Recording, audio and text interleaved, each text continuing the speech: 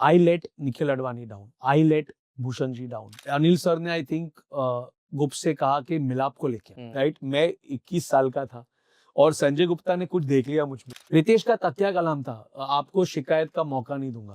तो फिल्म का नाम है कांटे, ठीक है। संजय गुप्ता साहब आपको बुलाते हैं और आपको 2 सीन दिया जाता है, एक ओपनिंग सीन ही दिया जाता है और आपको बोला जाता है कि जाओ भाई इसको तुम लिख के आ जाओ। 2 दिन के बाद आप वहाँ पे जाते हैं। वो सीन को सुन के वो इतने खुश होते हैं कि तुरंत अपने प्रोडक्शन वाले को बुला के आपको 21 या 25,000 रुपया दिया 21,000। जाता है और आप साइन हो जाते हो। लेकिन एक चीज़ बताइए कि 21 साल के उम्र में जब आपके लिखे हुए लाइन्स बच्चन साहब बोल रहे हैं, संजय दत्त बोल रहे हैं, सुनील शेट्टी बोल रहे हैं, वो एक्सपीरियंस क्या था? और कांटे का आपका सबसे फेवरेट डायलॉग कौन-सा वो भी बताइए आप? सर कांटे का मेरा फेवरेट डायलॉग है, हर हिंदुस्तानी कितना भी कमीना क्यों ना हो, 2 चीजें बर्दाश्त नहीं कर सकता, क्रिकेट में हार और अपने देश पे वार। ये मेरा फेवरेट लाइन था कांटे का। और मैं कांटे का पूरा क्रेडिट आपको रोक रहा हूँ, एक डायलॉग और था कि अगर बम तेरे पीछे लगाऊं तो पहले कौन फटेगा? बम या तो तेरी फटेगी, करेक्ट। तो मैं ना क्रेडिट देना चाहूंगा संजय गुप्ता को, राइट। मैं 21 साल का था और संजय गुप्ता ने कुछ देख लिया मुझ में। मैं उनको ना गुरुजी बोलता हूँ, आज तक गुरुजी बोलता हूँ, राइट। जमाना उनको गुप्स बोलता है, मैं गुरुजी बोलता हूँ। आज आपने जो शुरू में इंट्रोडक्शन में आपने 3 फिल्मों का जिक्र किया, कांटे, मुसाफिर, शूटर और वडाला, वो तीनों संजय गुप्ता जी की फिल्म है। कांटे में जब मैं उनके पास गया था, राइट, मैं कुछ 21 इयर्स का था और उन्होंने मुझे, जैसे आपने कहा, आपने रिसर्च अच्छा किया है कि उन्होंने मुझे सीन दिया और मैं नेक्स्ट दिन ही गया सीन्स लेके। और जब मैं लिख रहा था ना घर पे, मेरे ऑलमोस्ट हाथ कांप रहे थे कि मैं अमिताभ बच्चन के लिए लिख रहा हूँ और संजय दत्त के लिए लिख रहा हूँ। और उसका जो कांटे का सफर था वो अमेजिंग था, बिकॉज गुप्स गाइडेड मी। उन्होंने मुझे प्रॉपर मार्गदर्शन दिया कि इस तरह से ये कैरेक्टर है, इनकी बैक स्टोरी है, इस किस्म की उनकी लिंगो होनी चाहिए। और मैं उससे सीखता गया। फिर वो सीख मेरे मुसाफिर में काम आई। मुसाफिर में तो लिटरली मतलब मुझे विवेक ओबरॉय ने बोला था कि यार टेबल और सीलिंग फैन की पंचलाइन मार रहे हैं। तो मैंने बोला यार अभी वो मेरा स्टाइल है, उसमें मैं क्या कर सकता हूँ। उसका वो अहिंसा वाला डायलॉग जो हाँ, गांधी जी जिंदगी भर अहिंसा हिंसा करते रहे और हमने उनकी फोटो उसी चीज पर छाप दी। तो हिंसा की सबसे बड़ी जड़ है पैसा। अभी आप ये देखिए, अभी देखो, एक राइटर से काम निकलवाने का एक हुनर होता है और कब वो डायलॉग यूज होना चाहिए। वो लाइन मैंने लिखी थी फिल्म में शक्ति कपूर सर के लिए और मुझे संजय गुप्ता जी ने बोला नहीं, ये डायलॉग तो किसी तरह ना संजू को दे दे। ये डायलॉग संजय दत्त जब बोलेगा ना तो ये डायलॉग फटेगा, ये सुपर हिट हो जाएगा। तो ये भी एक होना चाहिए, एक टैलेंट, कि कौन सी चीज कब किसको देनी चाहिए। जैसे अब एग्जाम्पल सत्य में जयते में 2 टके की जान लेने 9 मिनट की गोली नहीं, 56 इंच का जिगरा चाहिए। जॉन अब्राहम साहब का डायलॉग ये लाइन मैंने लिखी थी मनोज बाजपेयी की। सेट पे मनोज सर ने मुझे कहा कि यार मिलाप, ये डायलॉग मुझे सूट ही नहीं करता, मेरा 56 इंच का जिगरा है ही नहीं यार, तेरा जॉन है, जॉन की बॉडी है, ये है, पर्सनैलिटी है, ये डायलॉग जॉन को सूट करता है, तो किसी तरह जॉन को दे दे डायलॉग। और मैंने वो डायलॉग मनोज सर के कहने पे जॉन को दे दिया और and the dialogue became a blockbuster. तो जैसे कि मैंने कहा, अच्छा विलेन में रितेश का तथ्य कलाम था, आपको शिकायत का मौका नहीं दूंगा, वो स्क्रिप्ट में था ही नहीं। अच्छा। वो एक दिन मोहित कहीं शूट कर रहा था, मैं गया था ऐसे ही मिलने और वो रितेश घंटी बजाते हैं और लड़की जिसको मारने वाला है वो दरवाजा खोलती है और Mohit told me just Ritesh has nothing to say, and वो उसको बोली कि आप इतने लेट आए हो, ये वो आप ये टाइम में आने का, आपको कब से बुला रही हो, तो just give me something for Ritesh to say. मैंने बोला रितेश कैन से मैं आपको शिकायत का मौका नहीं दूंगा। And Mohit looked at me saying Milap, you have given me his तकिया कलाम फॉर द होल फिल्म। अभी मैंने डायलॉग वहां दे दिया, लेकिन वो मोहित का टैलेंट था ये डिसाइड करने कि ये ना तकिया कलाम होना चाहिए रितेश का। और वो पहला दिन था रितेश का शूट ऑफ इन दैट, जब वो किसी को मारने जाता है, तो लकीली वो पहला दिन था। तो मोहित ने शिकायत का मौका नहीं दूंगा हर जगह हमने डाल दिया। उनकी पहचान बन गई है, मतलब पहचान बन चुकी है। तो ये आपने वरुण धवन को भी उनकी पहचान दी भाई, मैं दिखता हूँ स्वीट स्वामी टाइप, वो बहुत बड़ा हरामी टाइप का आपने लिखा है। मैं वरुण, अच्छा कम लोगों को पता है भाई उसमें भी देखो वरुण का टैलेंट देखो। वो लाइन मैंने लिखी, डेविड सर को सुनाई, वरुण को एक बार बोलिए, बताइए ना कि क्या लाइन था। मैं दिखता हूँ बहुत स्वीट स्वामी टाइप का, लेकिन वो बहुत बड़ा हरामी टाइप का। मैं वरुण की तरह तो नहीं कह सकता, वरुण में से बहुत अच्छा एक्टर है। तो ये लाइन मैंने लिखी और जब मैंने नरेट की वरुण और डेविड जी को, वरुण लव्ड इट। मुझे डेविड जी ने बाद में बोला कि नहीं ये काट दे, सीन बहुत लंबा हो रहा है, ये लाइन काट दे, तो मैंने काट दी। तो रात को स्क्रिप्ट गई वरुण के पास, वरुण ने देखी कि वो लाइन है ही नहीं। वरुण ने मुझे मैसेज किया, वेयर इज दैट लाइन? ऐसे नहीं, your dad didn't want it, no you send it to me right now. तो मैंने एसएमएस पे वरुण को लाइन भेज दी। वरुण ने शॉर्ट में बिना डेविड सर को बोले लाइन बोल दी, और इतनी अच्छी तरह बोली, और कि मतलब डेविड सर लव्ड इट, और वो फिल्म में लाइन रह गई। अब अगर Varun Dhawan had not recognised कि ये डायलॉग इतना पावरफुल हो सकता है, वो डायलॉग कट जाता फिल्म से।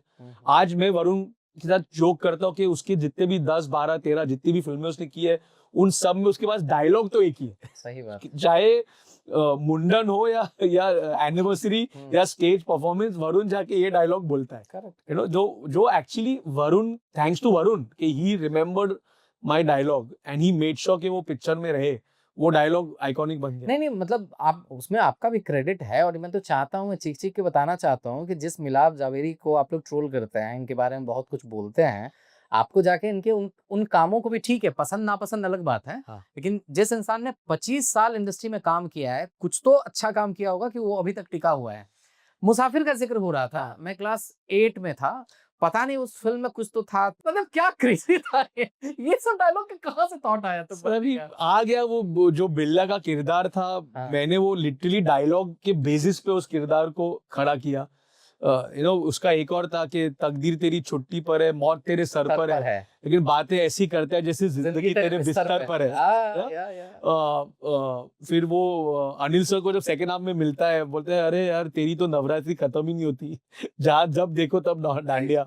तो ये सारे जो उसमें लाइन्स थे, टचवुड दे बिकेम आइकॉनिक।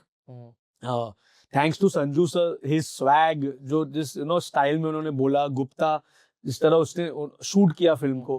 लेकिन मैं ना बचपन से ही, मुझे डायलॉग बाजी का बहुत शौक था।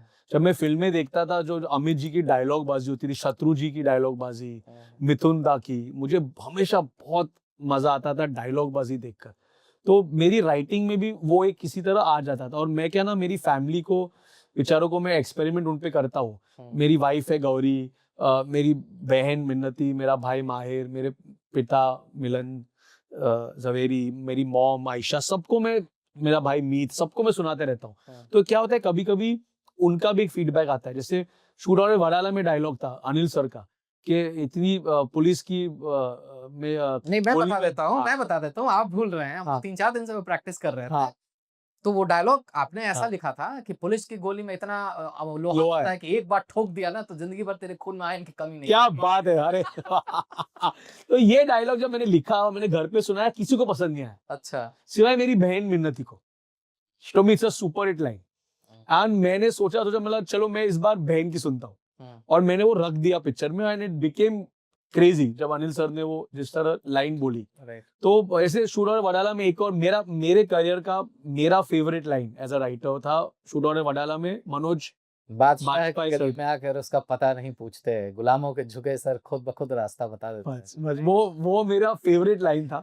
और जिस तरह मनोज सर ने कहा उस डायलॉग को, यू नो, तो भाई हम क्यों काम करते, ताकि ताली पड़े, सीटी मारे पब्लिक, मजे ले, यू नो, वही एक नशा हमको मिलता है, वही मजा आता है जब आप थिएटर में जाते हो। राइट। मैं आपको यहाँ पे रोकता हूँ, नहीं तो आप निकल जाएंगे। इस फिल्म पे मुझे अच्छी खासी बातचीत करनी है, और मैं ऑन कैमरा बोलता हूँ कि मैं, जैसा मैंने आपको पहले भी कहा, कि मुझे जरूरी नहीं कि मुझे आपका सब काम पसंद आए। जैसे मुझे एक दीवाने की दीवानियत अच्छी नहीं लगी, मस्ती 4 भी मुझे ठीक ठाक लगी। उसमें मेरे प्रॉब्लम्स है कि मस्ती 4 में बहुत कुछ ऐसा है जो मैं रिलेट नहीं कर पा रहा हूँ। मस्ती ज्यादा मुझे अच्छी नहीं लगी थी। लेकिन शूट आउट एट वडाला एक ऐसी फिल्म थी कि जब इसका ट्रेलर आया था, मैंने भुवनेश्वर में फर्स्ट डे फर्स्ट शो ये देखा। उसके बाद 3 दिनों के बाद मैंने फिर से देखा। इसके जो डायलॉग्स थे, उस डायलॉग्स को हम लोग प्रैक्टिस किया करते थे जब हम लोग शॉर्ट फिल्म बनाया करते थे। तो मैंने उसी अंदाज में कुछ सल्तनत, बादशाह और ये इस तरह के डायलॉग लिखने की कोशिश की। शूट आउट एट वडाला, अगर मतलब कि हमारे दर्शक नहीं देखे हैं, देखे ही होंगे, आपका एक ऐसा मेरे को अंडररेटेड काम लगता है ना कि उसके लिए आपको सेलिब्रेट करने की जरूरत है। That is proper mass cinema. आपने बहुत कुछ बनाया, ठीक है, मरजावा ऐसा तुम्हें जाता है, मेरे हिसाब से आपका दी बेस्ट काम है। Thank you sir. वापस वो ना फिल्म जब मुझे मिली, मैं वापस लो पे था। मेरी ज्यादा नहीं चली? नहीं, मेरी जाने का से आई नहीं चली। अच्छा, ओके। रितेश और जैकलीन के साथ, और मेरे 2 साल मेरे पास काम नहीं था। और मैं क्रेडिट देना चाहूंगा 3 लोगों को। वो उस टाइम पे संजय गुप्ता, एकता कपूर और अनिल कपूर, इन लोगों ने अनिल सर ने आई थिंक गुप्त से कहा कि मिलाप को लेके आ, क्योंकि मैं मुसाफिर पहले कर चुका था, तो बोले कि और मैं ना उस वक्त भूखा था, जख्मी था, काम नहीं था, और वो फिर एक्चुअली ना हर इंसान के लाइफ में कुछ माइलस्टोन्स होते हैं। मेरे करियर में कांटे was my first big milestone, जिसने मुझे लाइमलाइट में लेकर आई। फिर मस्ती आई पार्ट 1, जो वो उस जमाने में बहुत चली। उसके बाद बहुत टाइम तक मेरी कोई फिल्म चली नहीं। फिर हे बेबी आई साजिद खान की, जो साजिद नडियाडवाला की, जो बहुत हिट हुई, करेक्ट। और फिर वापस लल आया, क्योंकि जाने का सही नहीं चली। फिर शूटर और वडाला वो फिल्म थी एज अ राइटर जिसने मुझे रेजरेक्ट किया, वापस एक नई जिंदगी दी, राइट। और मुझे याद है जब वो फिल्म मुझे गुप्स ने दी, मुझे बोला तू अब तुझे जो लिखना है तू लिख। उसने मुझे ना खुला छोड़ दिया कि ये तेरी पिक्चर है, ये पिक्चर में। और बहुत रेयर होता है जब एक प्रोड्यूसर डायरेक्टर अपनी फिल्म की जब लॉन्च करता है, तो जो पोस्टर बनाता है लॉन्च के, वो एक्टर्स के चेहरे होते हैं।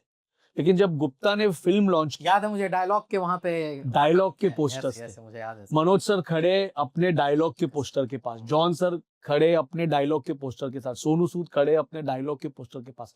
वो इज्जत उस वक्त मुझे संजय गुप्ता ने दी। वो भरोसा दिया, यकीन दिया कि मुझ में काबिलियत है।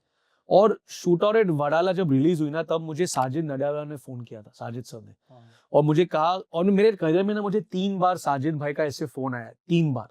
और वो तीनों फिल्मों को मैं अपनी टर्निंग पॉइंट समझता हूँ। शूटर एट वडाला में फोन आया था मुझे फॉर सत्यमेव जयते 1, he called me, he said congratulations, तूने सुपर हिट बना दिया। सर सुपर हिट है, इसे अगर नहीं होती तो मैं तुझे फोन ही नहीं करता। And the third time he called me was when एक दीवाने की Deewaniyat released, and he saw it and he called me, and उनकी first line थी, तूने बनाई पिक्चर ये?